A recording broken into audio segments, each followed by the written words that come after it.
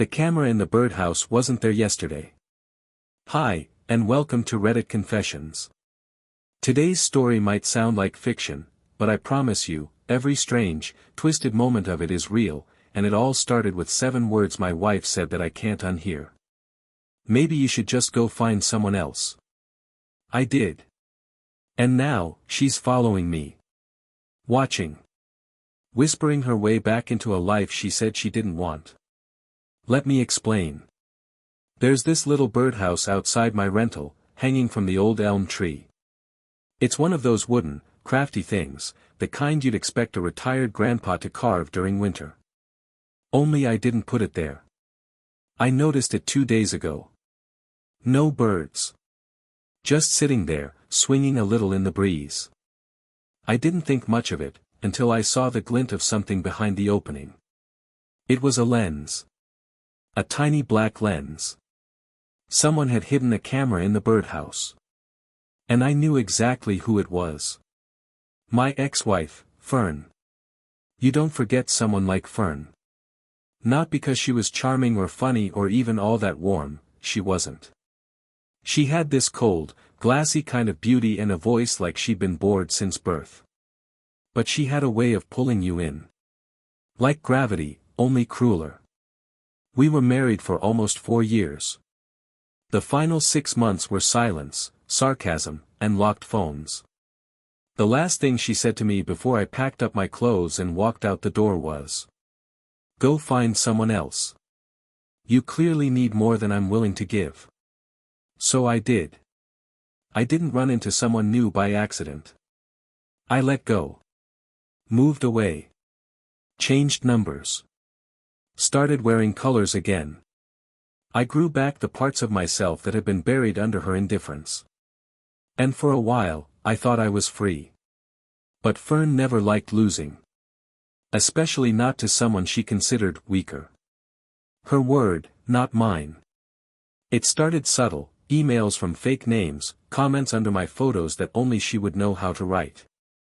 Then, coincidental, run-ins, her walking her dog near my office 2 towns over, or being in line at the pharmacy behind me when she lives across the state. And now, the camera. It gets worse. This morning, I noticed muddy footprints near my back door. Only they weren't pointed toward the house. They were pointed away, like someone had been watching from inside. I haven't told my girlfriend yet. Ilara. Sweet, quiet, loves painting in silence. She doesn't even know Fern exists. I didn't want to scare her with my past. But I think Fern is about to force her way back into the present. And if I've learned anything, it's that when Fern wants back in, she doesn't knock. She breaks in. After finding the camera in the birdhouse, I didn't sleep. I sat in the corner of my living room, phone in one hand, a kitchen knife in the other. Pathetic, I know. I must have checked the lock on the front door 10 times that night, and every time I told myself I was just being paranoid. Maybe it wasn't her. Maybe it was a weird neighbor. A prank. But deep down, I knew. There was only one person who'd ever go this far just to haunt me.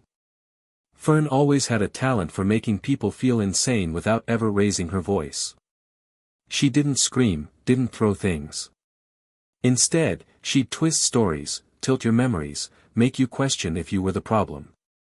That was her art. Psychological erosion.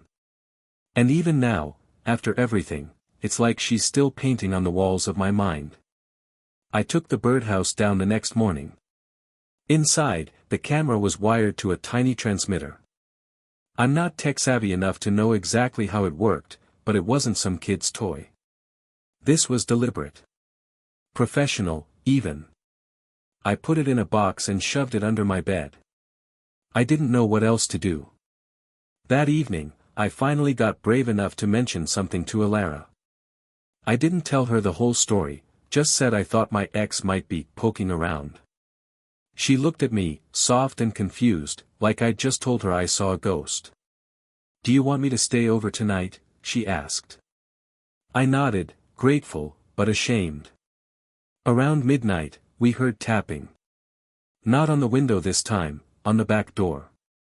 Slow, spaced out, like someone wasn't knocking, just checking. Testing.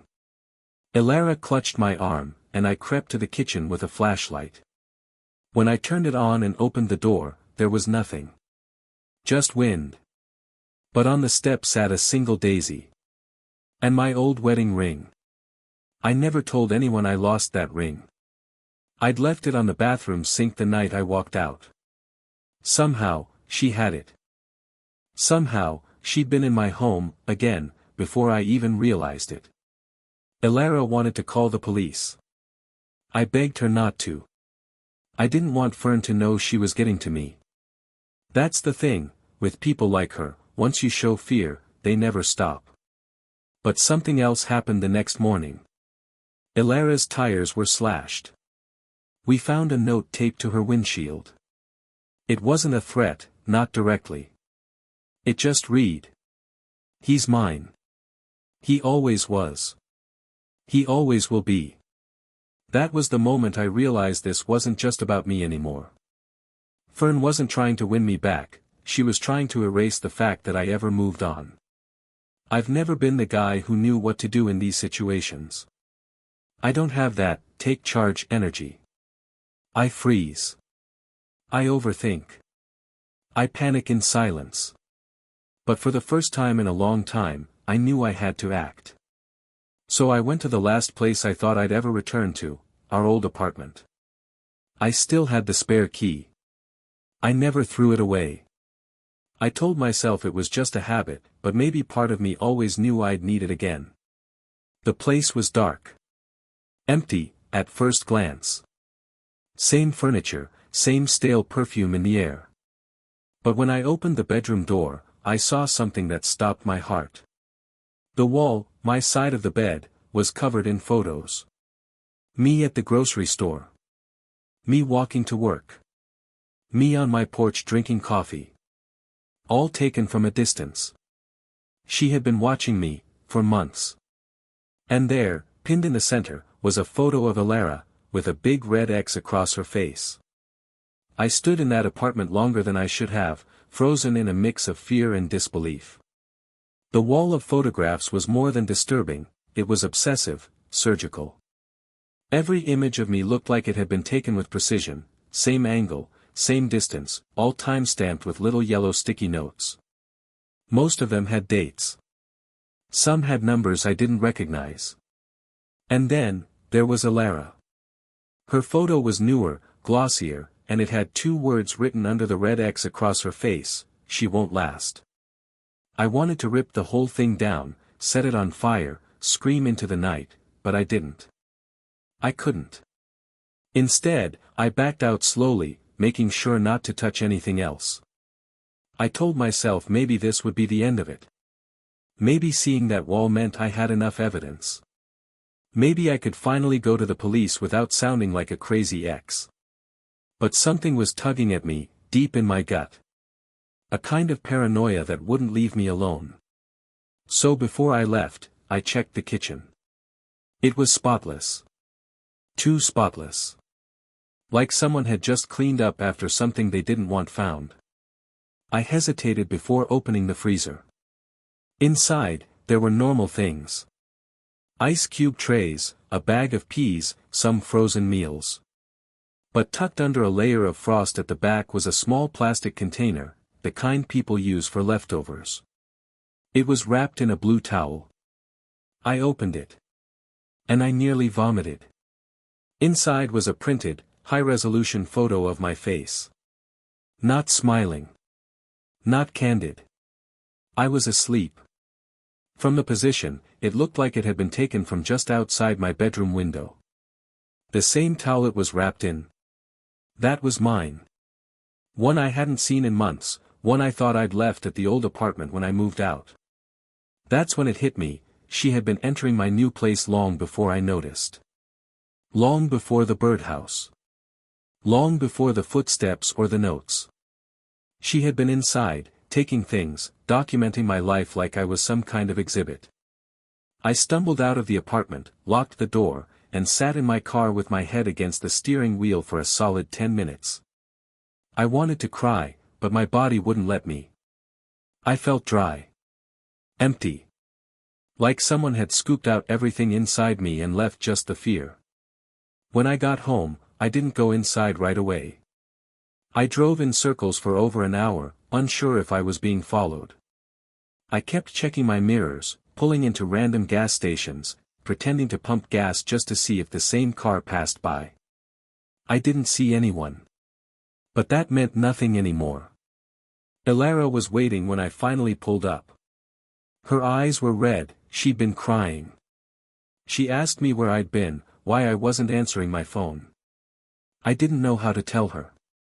I stood there like an idiot, holding that cursed Tupperware in my hands like it was some offering. "I need to show you something," I whispered. When she saw the picture, she gasped and backed away. She didn't scream. She didn't faint. But something changed in her face. A kind of cold realization. She looked at me like I'd brought a monster to her doorstep, and maybe, in a way, I had. "She knows where I work," Elara said quietly. "Today someone left a note on my car again. It said, 'Do you like playing house?' I thought it was some dumb prank, but now. We didn't sleep that night. We stayed up, sitting on the floor with all the lights on. I tried to stay calm, tried to tell her everything would be okay. But my voice cracked every few sentences, and she could see right through it. At around 3 a.m., I heard a sound at the front door. Not knocking. Just scratching. Like fingernails dragging across the wood. I didn't open it. I just stood there, frozen, while the sound slowly faded away. In the morning, I found the word "mine" carved into the wood. I called the police. They said they'd make a report, but without video evidence or direct contact, there wasn't much they could do. When I mentioned Fern's name, they searched her in the system. No prior record. Nothing unusual. No proof she was behind any of it. But I know better. Fern isn't trying to scare me.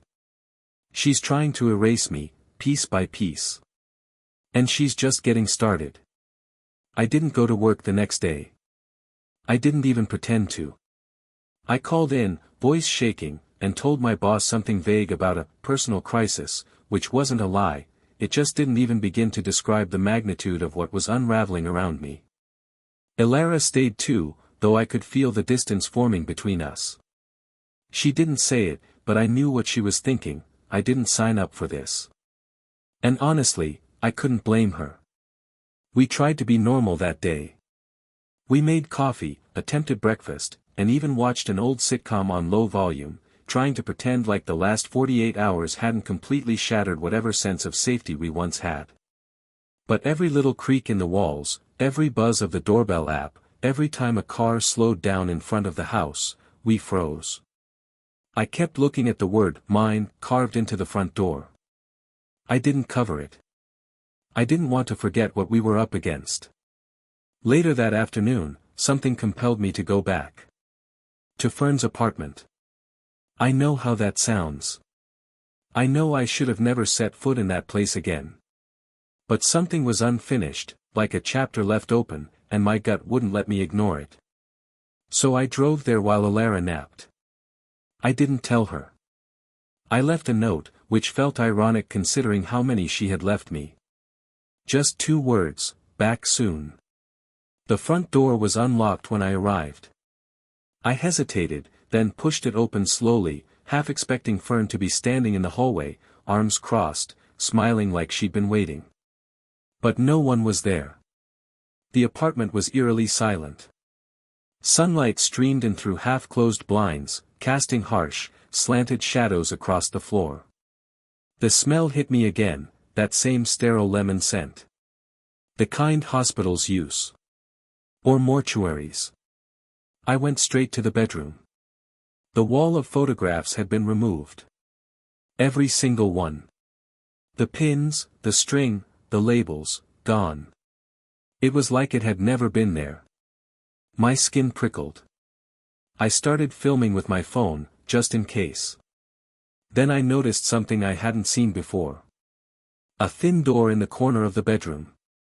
Not a closet, more like a crawlspace or a storage nook. It was cracked open. Inside, it was completely dark. I fumbled for a light switch, found one, and what I saw inside knocked the air right out of me. There were paintings. Maybe a dozen. All of me. But these weren't photos. These were done by hand, oil paint, canvas, thick brush strokes. Each one captured a different moment, me drinking coffee on my porch, me unlocking my front door, me talking to Alara at the bookstore. The details were perfect. Disturbingly so. The shadows under my eyes, the curve of my shoulders, even the chipped mug I always used. One painting showed me asleep on my side, mouth slightly open, with Alara's hand draped over my chest. That one made me feel physically ill. And then, at the back, was a massive canvas covered by a white sheet. I didn't want to lift it. Every instinct in me screamed not to. But I did. It was a portrait. Just my face. Staring forward. But the eyes were cut out. And behind them, glued into the canvas, were two small pieces of broken mirror, so when you looked at it, it looked back at you. I stumbled back so fast I nearly knocked over a lamp. I pulled out my phone and snapped photos of everything. My hands were shaking so bad that half the pictures came out blurry. But I didn't care. That was enough. I needed to go. Now. As I turned to leave, I noticed the door to the crawlspace slowly creaking shut behind me. Not slamming. Not swinging. Just inching closed. I lunged and shoved it open again, but there was no one there. I left without turning back. When I got home, Alara was sitting on the couch, phone in hand, pale as a ghost.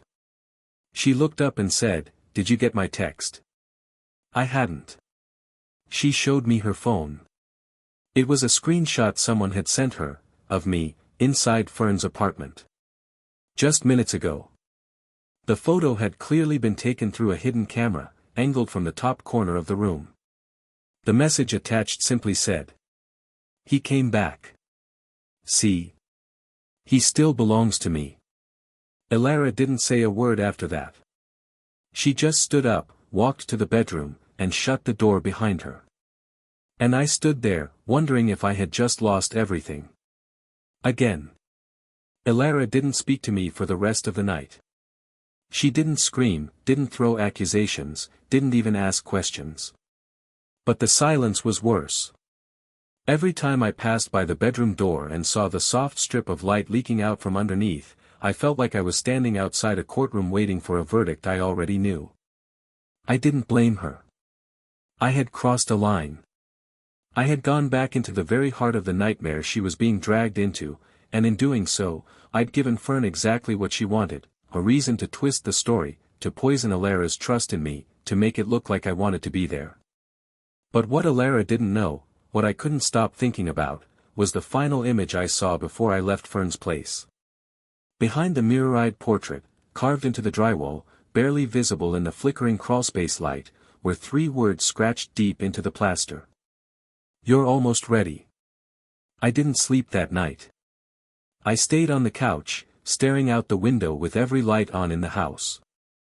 I kept checking my phone, half expecting another anonymous message, a video, a live stream, anything. But the notifications never came. At some point in the early morning, I made a decision. Not out of bravery. Not out of anger. But because something inside me snapped.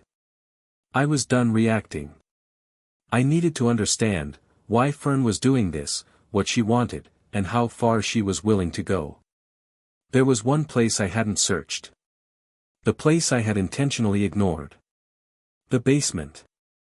Back when Fern and I lived together, the apartment had a cellar-style basement below it, accessible through a trapdoor in the pantry. It was locked, always. Fern told me it was just old storage from the landlord and wasn't safe. Rotted floorboards, she said. Unfinished cement. And being the passive, compliant husband I was, I believed her. But now I knew better. So I drove back to the apartment building, this time with a crowbar and gloves.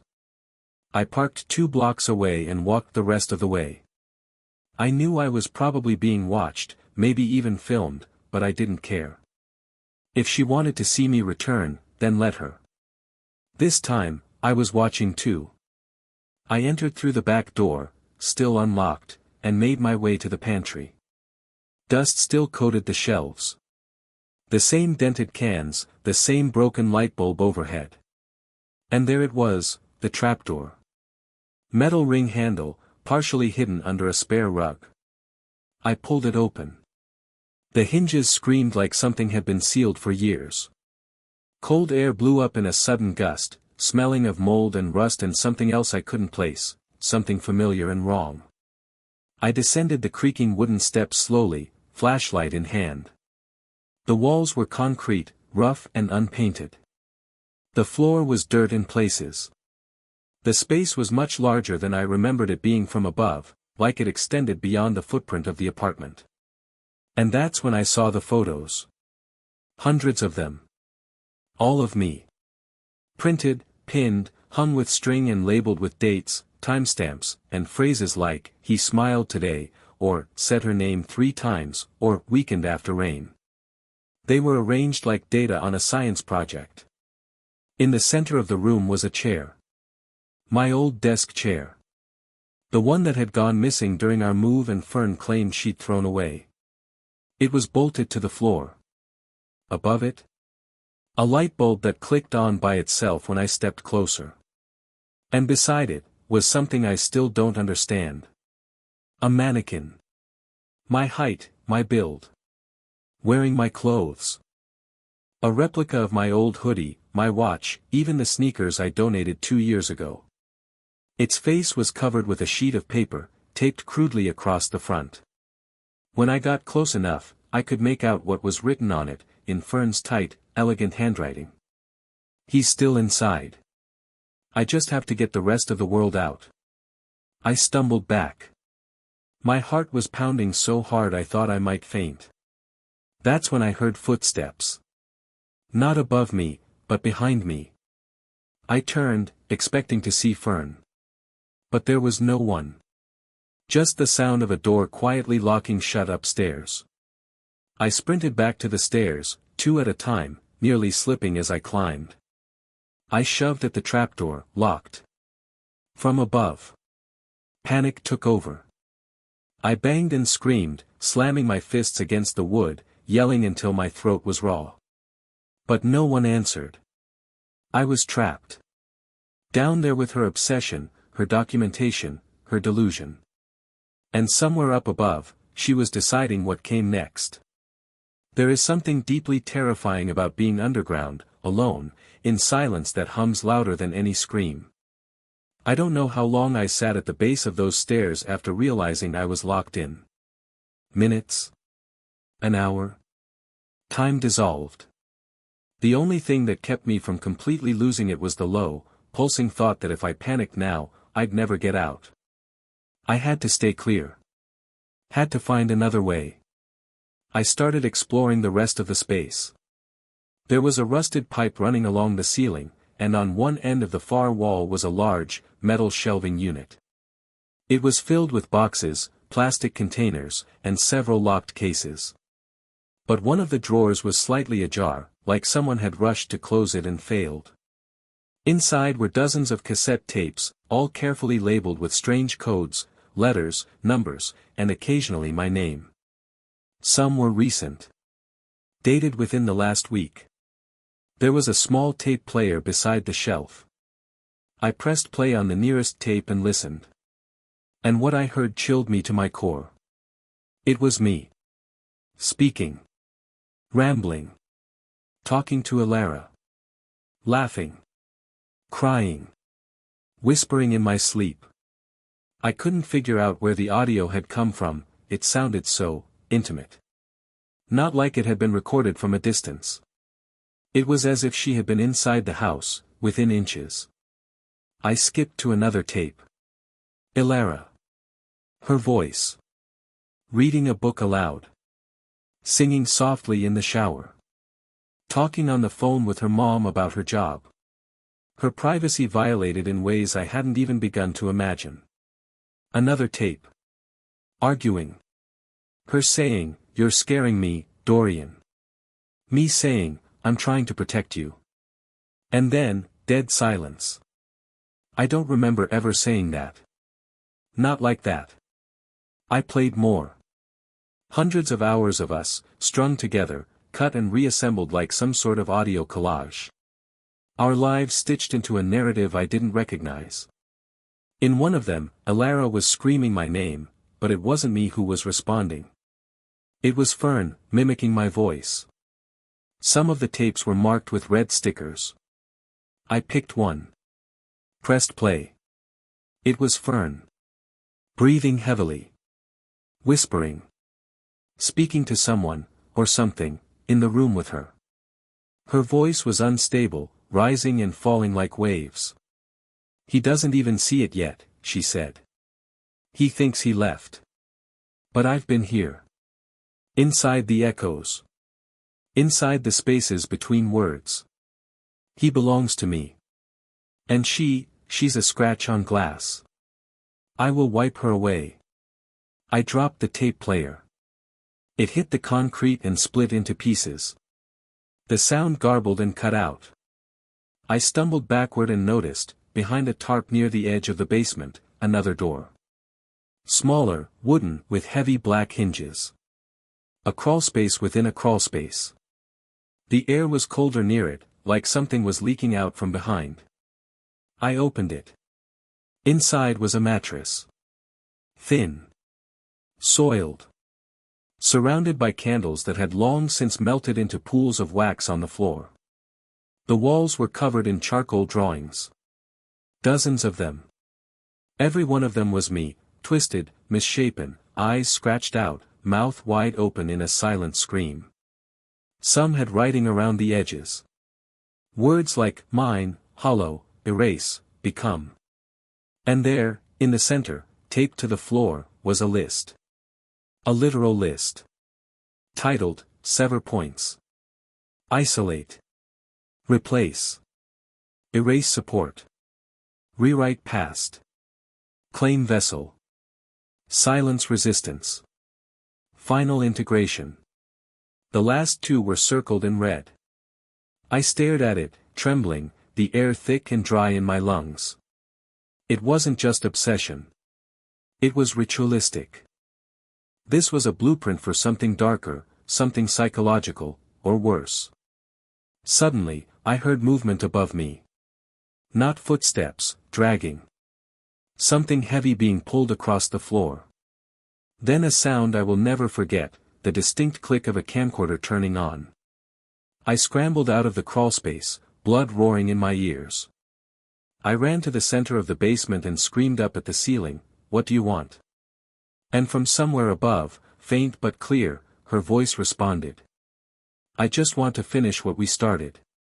I bolted toward the wall and began slamming the crowbar into the concrete, praying to find a weak point, a crack, anything. I didn't even know what I was hitting, but adrenaline made me relentless. Dust filled my mouth. My eyes burned. I didn't stop. Then, a miracle. A chunk of wall collapsed, revealing a narrow, jagged tunnel of loose earth and rock. I didn't hesitate. I crawled into the darkness like a rat escaping fire, scraping my arms and knees on rough edges, coughing with every breath. I don't know how long I crawled. But eventually, I saw light. A sliver. Faint, but real. I pushed forward, grunting, pulling myself out into the foundation of a neighboring storage shed behind the apartment complex. I emerged like I'd been reborn through madness. And standing there, on the other side of the chain-link fence, was Alara. Tears in her eyes. A knife in her hand. And Fern. Standing right behind her. I don't know how long I stood frozen in that dirt-stained crawlspace exit, half buried in grime, body bruised, mind spiraling in every direction. But I remember the moment I realized Alara wasn't reacting, not the way I expected. She wasn't flinching, wasn't turning to face Fern behind her. She wasn't moving at all. Just standing there, back straight, fingers clenched tightly around the knife like she didn't remember picking it up in the first place. Fern's hand rested gently on Alara's shoulder. Not tight. Not threatening. Familiar. Like an old friend guiding her forward. My voice cracked as I called out, "Alara." No answer. Only the wind rustling through the dried weeds around us. Fern smiled. Not the kind of smile people give when they're happy, no, this was the kind you see on portraits in haunted houses. Too wide. Too knowing. "Alara," I said louder, more desperate now, dragging myself through the narrow gap in the fence, ignoring the stabs of pain in my ribs and legs. "It's me. You're okay. Just come to me." Fern stepped forward, just a little, enough to block the sunlight from hitting Alara's face. "She's not ready to come with you," she said softly. "Not yet." And then, Alara turned. Her eyes met mine. And they were different. Empty. Not scared, not angry, just vacant. Like someone had erased the light behind them and left the windows open. "I'm sorry," she said, but the voice was too calm. Too flat. "I shouldn't have followed you." My knees buckled. I tried to stand straight, to get between them, to reach her. But Fern stepped between us again and placed something on the ground. A small object. Square. Familiar. It was my phone. Still recording. I picked it up slowly, trembling fingers wiping the screen clean. There was a video open. One that hadn't been there before. I pressed play. The footage was of me. But not me. It was some distorted version of myself, a deepfake or something worse. My face was slouched, my voice monotone. In the video, I was standing over Alara as she sobbed, begging me to stop.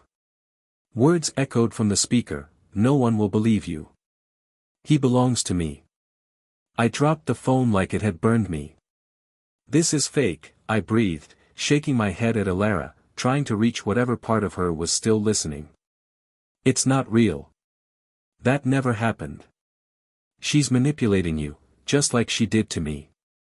Fern crouched beside the phone, picked it up with 2 fingers, and slipped it into her pocket.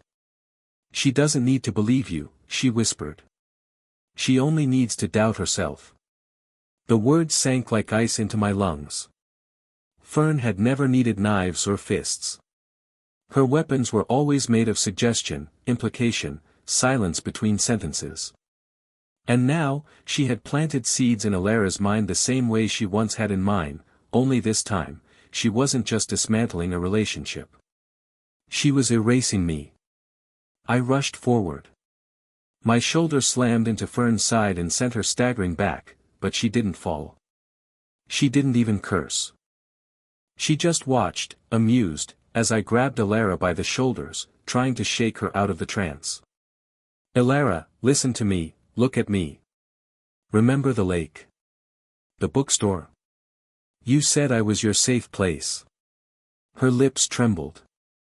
For a second, just a flicker, I saw something shift in her eyes. A crack in the fog. But then a hand came down hard across the back of my head. Everything spun. I collapsed onto the cold ground, vision doubled, heartbeat pulsing behind my eyes like drums. My ears rang with the sound of blood and Fern's footsteps as she circled around, knelt beside me, and leaned in close. "You keep trying to control your story, Dorian," she whispered. "But you're not the narrator anymore. I am." Then she turned and guided Alara toward the shed. My shed. The same one I'd found the tunnel exit near. And they went inside. The door shut behind them. And Alara didn't scream. I don't remember how long I lay there, or how I found the strength to crawl to my feet. But when I did, I noticed the faintest sound coming from the shed. A humming, soft and distant, like a lullaby sung underwater. I needed help. I needed proof. I needed someone to believe me. So I ran. I ran like I hadn't in years. Down the road. Past the woods. Through streets that blurred into noise and heat and white noise. And I didn't stop until I reached the only person left who knew Fern's darkness better than anyone. Her sister. Fern's sister, Mallory, lived in a small weather-beaten house on the edge of town. We hadn't spoken in years, not since the wedding, really, but I remembered something Fern once let slip during a fight. "Mallory's the reason I learned to lie well," she'd said. I didn't understand it at the time. Now I did. Mallory had survived her too. When she opened the door and saw me, bruised, panicked, covered in dirt, she didn't ask questions. She just nodded, stepped aside, and said, "I was wondering when you'd come." We sat in her kitchen for hours. I told her everything. Every whisper, every shadow, every horrible thing Fern had done. And when I was finished, Mallory walked out of the room and came back with a box. Inside were journals, old ones, filled with drawings, notes, plans. Pages filled with Fern's strange logic and manipulations. Names of people she'd collected. Audio cassettes. Photos. "She's been like this since we were kids," Mallory said quietly. "She plays long games. Makes people doubt themselves, and then, fills the gaps." With Mallory's help, I brought the evidence to the authorities. We handed over the tapes, the photographs, even the footage from the crawlspace. At first, the officers were skeptical. But when Mallory showed them the logs, the dates, the patterns, the connections to previous missing persons, everything shifted. Fern wasn't just unwell. She was dangerous. Calculated. And known. A search warrant was issued within days. When they entered the shed, Elara was there. Alive. Disoriented. Hypnotized in her own mind, but unharmed. She had been drugged, emotionally broken down, but not lost. The moment she saw me, she fell into my arms and sobbed for what felt like hours. I told her over and over, "You're safe now. She's gone. She can't touch us anymore." Fern, on the other hand, was nowhere to be found. She vanished the day of the warrant, as if she'd evaporated into thin air. But she left behind everything she'd built, the recordings, the lists, the mirrors, the portrait with the eyes cut out. It was enough. Weeks passed. Elara started therapy. I did too. Mallory stayed in touch, checking in regularly. She even burned the basement blueprints with me in her backyard, saying it was the only way to take the teeth out of memories. And slowly, life began again. Elara started painting again. I got a dog, a huge, awkward mutt we named Clover. We moved far from the apartment, from the shed, from anything that reminded us of the war we had lived through. I still get nervous when I see birdhouses. I still double-check the locks. But I'm not whispering in my own home anymore. I'm not hiding under someone else's story. I took it back. And I won't let anyone rewrite it again. So yeah, I survived her. We survived her. And to anyone out there who's ever doubted themselves, questioned their memories, or felt like a shadow in someone else's life, let this be your reminder. You're not crazy. You're not broken. And sometimes, walking away isn't weakness, it's the bravest thing you'll ever do.